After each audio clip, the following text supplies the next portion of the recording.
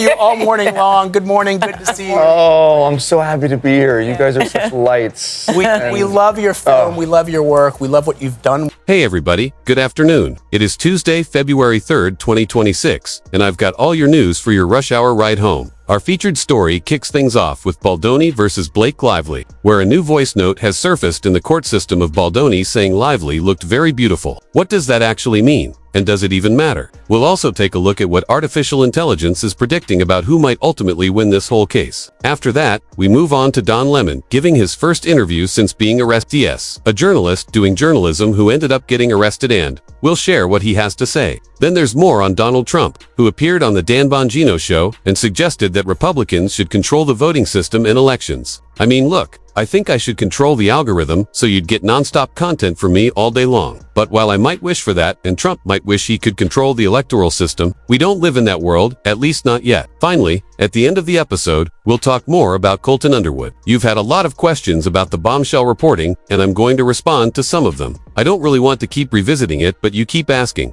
So here we are. All of that and more starts right now on The Rush. All right, let's dive into the first story. Lawsuits on Instagram has been doing a solid job compiling all of the audio. And TMZ, as usual, has leaned into the clickbait, probably sensationalizing what Justin said to Blake, which, to be fair, we're all a little guilty of, but the reason this audio is being presented is because it's being framed as evidence in the claims of harassment involving Justin Baldoni and Blake Lively.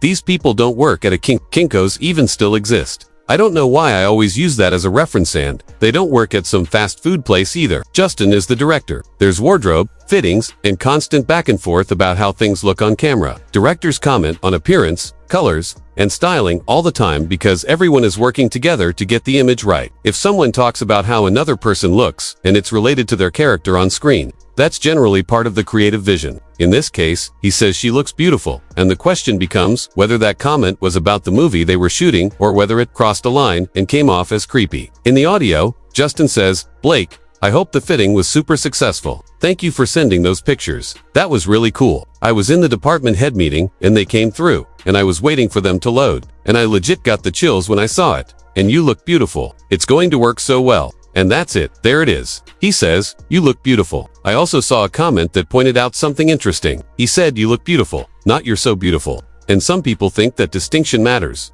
which matters when you're referencing photos she sent to him, because there's a real difference between calling someone beautiful and saying they look beautiful. And honestly, what we have here is a giant nothing burger. Even if you're on the Blake Lively side, this isn't him breathing heavily or saying, "You're so beautiful, I can't wait to work with you." It's nothing like that. It's simply, "You sent me wardrobe photos. They look great. This is going to be amazing. What more do you want?" This is how directing works, especially in Baldoni has a million things happening at once. You've got a location manager locking down every single set, scenic teams painting walls and covering logos, set design, wardrobe, all of it needing approval. In the weeks leading up to a shoot, a director is nonstop signing off on details while also negotiating what can and can't be done with the unit production manager and assistant directors. There's an insane amount that goes into this, and I've been on these sets. You're juggling all of that while, as an actor, you're also memorizing lines and figuring out performance choices. Honestly, if I could give anyone advice, it would be don't direct and act in the same movie, because it's way too much. Even though we've seen it done.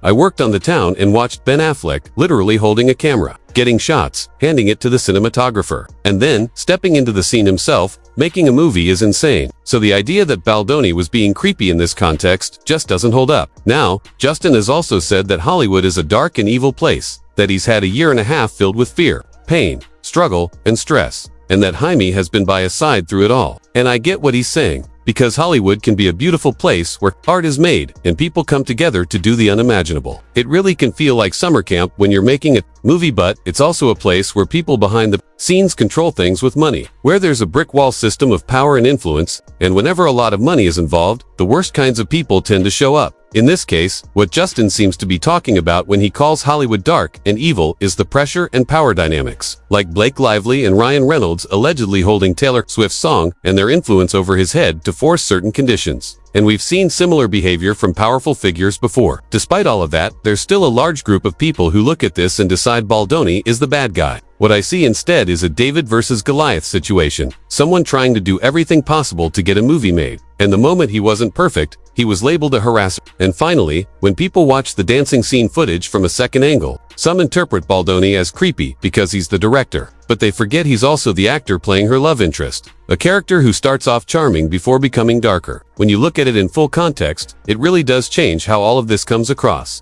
Let's get into the action. Everyone's celebrating because there's a game going on, and the energy is high. They've just scored, the actors are playing their parts. Ready, lay back, get your head, and the scene goes on. There's music playing, which I won't include because of copyright, and a sticker she approves of. They go in for a kiss, and while the audio might sound odd, out of context, the narration is clear. Their noses touch, she pushes away, and the moment has been used against Baldoni to imply harassment. But remember, they're actors building tension, and these interactions are meant to be choreographed. Ideally, intimacy coordinators help plan these moments beforehand. He's making her laugh, referencing spray tan versus body makeup. And all of this happens in a controlled, professional environment. Just because the audio captures them talking about things out of character doesn't mean he was being inappropriate. It's normal to have off-the-cuff dialogue when the audio won't be used. Similar to letting someone doodle in a photo while everyone laughs. Covering it this way might make me seem like an apologist, but claims this large requires solid evidence, not just snippets taken out of context. AI analysis from Grok on Twitter estimates Blake Lively's chances of winning her harassment lawsuit against Baldoni at around 50%, noting that unsealed audio and texts showing prior friendly interactions could weaken her case, making proof of intent crucial. That number seems surprisingly high. Many, including Megyn Kelly, have predicted her trial experience will be difficult, particularly during cross-examination. It appears Blake never intended for this to go to trial, yet here we are. On another front, Bravo's Below Deck star Gary King is facing a serious lawsuit for sexual battery, retaliation, and hostile work environment. A judge has denied NBC Universal and Bravo's motion to force arbitration, meaning the case will proceed in court. Allegations include aggressive and intoxicated behavior, though King denies wrongdoing and asserts consent. Similar to the Baldoni case, evidence will be critical, though the Lively situation has more pre-production records and on-set footage, whereas the King case largely relies on testimony. Accusers rarely have anything to gain, making their claims serious. But in Hollywood, power dynamics like the Lively-Reynolds influence over a film project can complicate matters. Coming up next, we'll share updates from artists speaking out at the Grammys, hear more from Trump on wanting to control elections,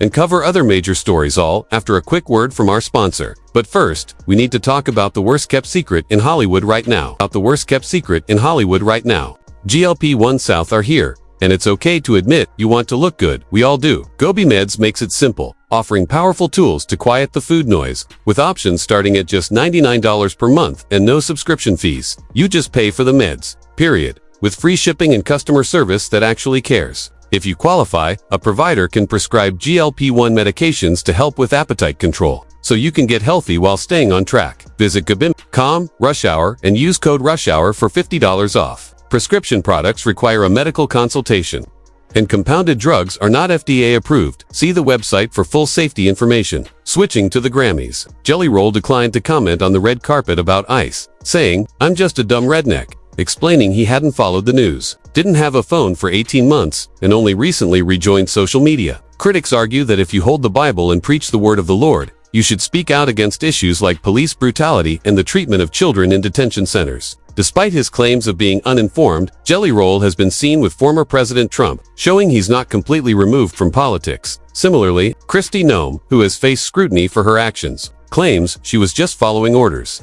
But that won't hold up legally given her involvement in serious violations of rights. On a brighter note, Shabuzi from Virginia, whose parents are Nigerian and who attended a Nigerian boarding school, spoke passionately about immigrants' contributions to America, emphasizing their culture, music, and traditions that enriched the nation. He highlighted how immigrants have built and shaped American art, from jazz to hip-hop to Latin music, and condemned current mass deportation efforts that attempt to erase these contributions. It's a reminder that those preaching faith should also live out principles of love and inclusion. Meanwhile, Dan Bongino, now back to podcasting, hosted Donald Trump, who suggested Republicans should control the voting system nationwide, abandoning traditional states' rights principles. Trump's remarks reflect a shift in the Republican Party, bending to his influence and ignoring constitutional norms. Beyond politics, Dr. Oz argued that if Americans started working earlier or later in life while staying healthy, it could generate around $3 trillion, though critics point out that systemic changes, like reversing tax cuts for the ultra-wealthy, could have a far greater economic impact than individual effort. Trump's tax policies may save a few $100s per person,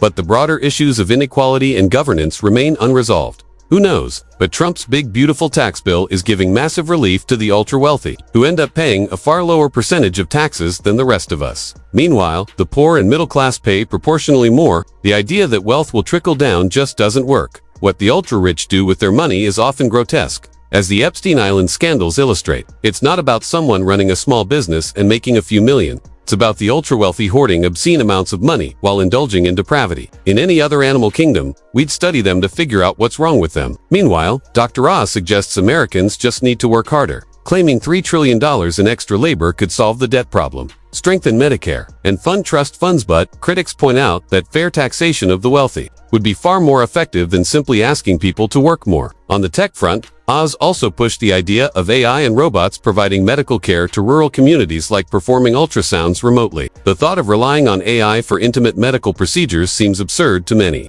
prompting jokes about starting with vasectomies to test the concept. In reality, these solutions highlight the broader issue. If the ultra-wealthy paid their fair share, many of these problems could be addressed without relying on gimmicks or overworking the population.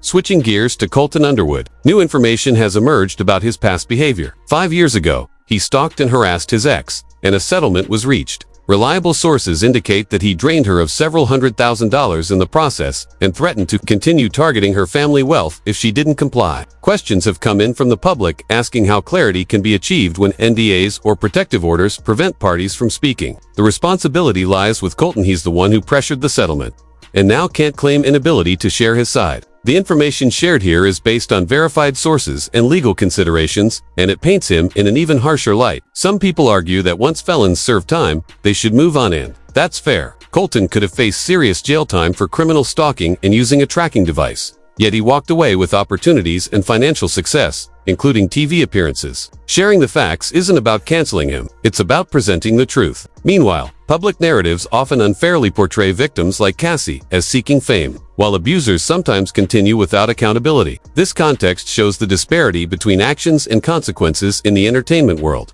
Here I am again, using my platform to address stories that upset some people, but I want to lay out what really happened. One question I got was about Taylor Frankie Paul, the new bachelorette, who was arrested for alleged domestic violence. She allegedly hit her then-boyfriend in front of her kids, which is horrific. But she went on the record with public apologies and interviews, explaining what happened, going to rehab, taking accountability, and showing real change. That's very different from Colton Underwood. Colton did apologize publicly, but his statement was framed around his own pain of coming out, not the harm he caused. He systematically stalked his ex, Cassie, using tracking devices, fake accounts, and constant surveillance, pressuring her into a settlement that drained her finances. While he publicly said he was sorry for the breakup and his mistakes, privately he was threatening her financially, hiding behind the settlement rather than taking full accountability. Many people may not grasp the full scope of what happened. The stalking and harassment he carried out weren't isolated incidents. They were persistent, invasive, and terrorizing. Cassie experienced gaslighting, friends turning against her because of his manipulations, and the creation of fake social media accounts. This isn't hypothetically, it's documented behavior. Colton will likely be fine, but the truth shows that he was the perpetrator, not the victim. I stand by covering the full story and supporting the real victim here, and I'm not apologizing for that. Finally, on a separate note, Don Lemon recently appeared on Jimmy Kimmel. He was arrested while doing journalism, and he shared his thoughts on that experience, offering insight into the challenges journalists can face when reporting the news. Walking up to the room, he pressed the elevator button and suddenly found himself being jostled by people trying to grab him and put him in handcuffs. He asked what was happening, and they said they were there to arrest him. When he asked for identification, they finally showed who they were, but they didn't have a warrant, so they had to wait for an FBI agent from outside to present it on a cell phone. Meanwhile, his belongings were scattered, his glasses had fallen, and he struggled to read the warrant, trying to process what was happening. A dozen agents were there, a massive show of force he considered a waste of resources, especially since he had offered weeks earlier to comply peacefully and come in voluntarily. He explained that this excessive display could have escalated dangerously, potentially ending in gunshots, but it seemed staged for optics, as if to intimidate journalists and suppress freedom of speech. He maintained that everything he did in the church was in the capacity of a journalist, observing and documenting events, and that he did not interfere with or terrorize worshippers. While trespassing charges could be argued for a private space, the situation underscores the tensions between law enforcement, journalism, and civil liberties. It's a wild case, and we'll see how it plays out in court. That wraps up today's coverage here to bring you news twice a day, every day. I'm Dave, and this is The Rush. I'm Dave, and this is The Rush.